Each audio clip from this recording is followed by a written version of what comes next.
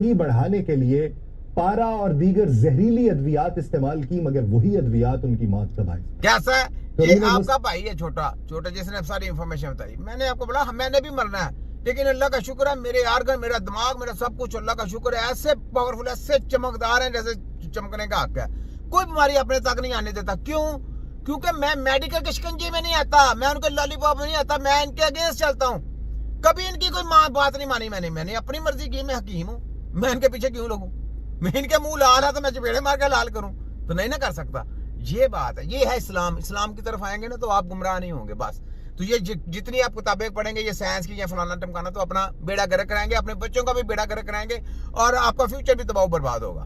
ठीक है, सुनाओ, मजा आ रहा है किसी वालों? पंजाब है तो फाकत की काली पेड़ो और हम दर करशी वालों लटेरो दलालो छोटा हकीम। अच्छा आगे सुने। वस्ता के यूरोपीय बादशाहों ने भी अल्कीमिया के जरिए अक्सीर हयात बनाने की कोशिशें, कोई सोना बनाने के नुस्खे आजमा रहा था तो कोई अमर होने के तरीके ढूंढ रहा था। अब सदियों बाद प्यूटन और शी जिनपिंग उसी अवधि ख्वाहिश पर हंसते हुए बात कर रहे हैं कि क्या आज़ा की पैबंदकारी के जरिए बुढ़ापे को पीछे धकेल कर इंसान को हमेशा जवान रखा जा सकता है। तो यहाँ पे मैं कहता हूं कि नहीं, जाली अताई, चाहे प्योंदकारी करें चाहे च्योंदकारी करें, जो मर्जी करें, आपके अंदर तरह तरह की बीमारियां आनी है, जो मर्जी कर लें। हाँ, अगर आप हकीम के पास जाएंगे फिर आपकी लाइफ बढ़ सकती है, लेकिन जिंदगी वो भी उतनी दे सकता है जितनी रब की तरफ से है। लेकिन मेडिकल माफिया में जाएंगे तो आप बीमारी की हालत में जाएंगे, चाहे प्योंदकारी कर ले, जो मर्जी कर ले, तो ये चाहिए होगा आपको। ये चैलेंज है पूरे वर्ल्ड को, जो साइंस को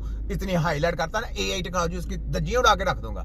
ये छोटा हकीम। अच्छा आगे हैं जी, मजा आ रहा है कि नहीं पाकिस्तानियों? एक हकीम और पूरी दुनिया की साइंस को दचके मार के उनको ठुड्डे फेर रहा है। आगे हैं। हाल ये है कि जिस ख्वाब ने हजारों साल से हुक्मरानों को बेचैन रखा, क्या आज की साइंस उसे हकीकत के करीब ले आई है, या ये भी महज एक और दीवानगी साबित? ये एक नया लॉलीपॉप है, लॉलीपॉप। सब पर सलामती हो, मैं यासिर रशीद हूँ और आप देख रहे हैं सुनो। नाज़रीन, सोचने की बात है कि बीजिंग की एक पुरकशिश मगर गैर रस्मी नशिस्त में, जहां दुनिया के दो ताकतवर तरीन रहनुमा मौजूद थे, अचानक गुफ्तगू का रुख इंसानी आज़ा की पैबंदकारी और मौत को टालने जैसे गैर मामूली और हैरान कुन मौजू की तरफ मुड़ गया। एक तरफ रूस के सदर व्लादिमीर पुतिन थे, जो मुतरज्जम के जरिए चीनी सदर शी जिनपिंग को यह बता रहे थे कि कैसे इंसान के जिस्म में बार बार आज़ा की पैबंदकारी की जा सकती है ताकि बुढ़ापा करीब ना आए। याद रख लें, जितनी आप प्योंदकारी कराएंगे अपने जिस्म में, चाहे नए से नए ऑर्गन अपने जिस्म में कन्वर्ट कर लें, आपका जिस्म उतने तबाह बर्बाद होगा। हाँ, जिस हिसाब से आपका, ये देखें, ये मुसलमानों का रिसर्च है, ये मुसलमान की, इसकी बात के ऊपर मैं रिसर्च आपको ये बताने लगा हूं। मैंने ये भी नहीं बतानी थी, लेकिन बताने लगा हूं कि शैतान के लोग, दज्जाल के लोग, जो गुमराह हो गई कौमें, वो अपना बेड़ा गर्क खुद करेंगी, अपने हाथों से बेड़ा गर्क करेंगी।